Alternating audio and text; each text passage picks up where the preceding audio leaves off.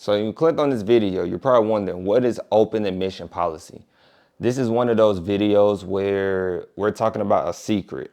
Honestly, this is a very big secret. Honestly, this was a learning experience for me too, because open admission policy is pretty much where a student who graduates from high school, graduate or gets their GED, they can pretty much go to any college with an open admission. So, oftentimes we think of students who flunked out of high school or who got a low GPA or anything bad that they did in high school, they believe they cannot go to college. So this applies to universities and community colleges, just to get it out the way. Like I said before, if you graduated from high school or got your GED, or just a terrible student in high school, but you graduated, you can still go to college. This guarantees you, not to say but this guarantees you a chance to get into any school. Although you know me, as I do the disclaimer in the beginning, nothing is guaranteed when we're talking about college. College is a business, as we say all the time, right? So don't have for certain that I can get into this school.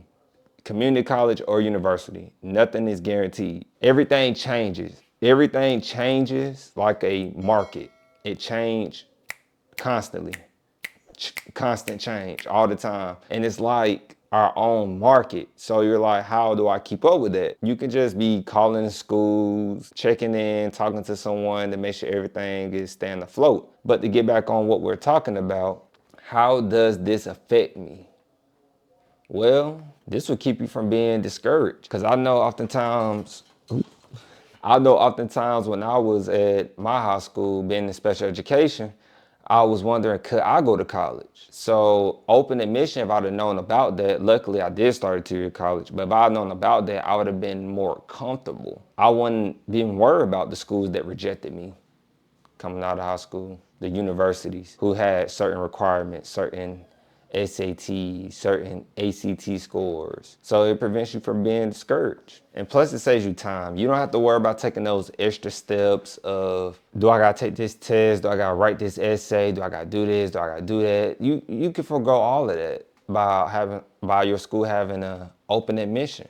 You can forego all of that and just focus on applying and focusing on the next steps to get started right away. Because they're trying to enroll you with this. And just to say a personal opinion, schools that don't offer open admission, to me, I feel like they're gatekeeping information. They're holding information that's not important. Not important. So it's like, oh, I got this special secret this, secret that. And then you get there, it's like, what is this? And like you busted your butt, probably was a valedictorian, salutatorian, or the best in your school just to get to a school that wasn't worth a quarter. So this is how you can save money also, right? We also want to save money. That's our main goal. I do want you to keep in mind, community college or university can offer their own policies and standards. So although they have open admission, they can still make you do mandatory tasks. So such as essays, they might require a certain test. It might not even be a test that's known. So these are all things you should keep in mind when considering a university or community college with an open admission. You just graduated high school. You probably got a month, maybe two. You probably got like 2 months, but really a month at the most because you got to move and do all of this. But hopefully you stay at home. You have to worry about that part about moving. You just have less time to really look into what school offers open admission and don't offer open admission. And normally the admissions person should know what an open admission is. And if they don't, that's a red flag on what they should know and what they shouldn't know. This is how we spot out who really cares about their job or who's going to care about you as a student. Majority community colleges offer open admission. Majority all. The only ones that probably don't is like private or just certain community colleges that are very high ranked.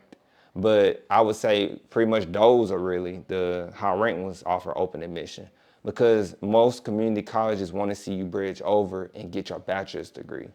That's one reason why community colleges were formed. They wasn't formed for students who were not smart.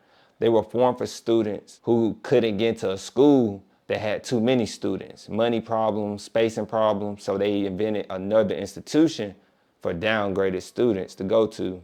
Oh, did I say downgraded students? Because I'm a downgraded student then. Do I look downgraded? Debt-free degree?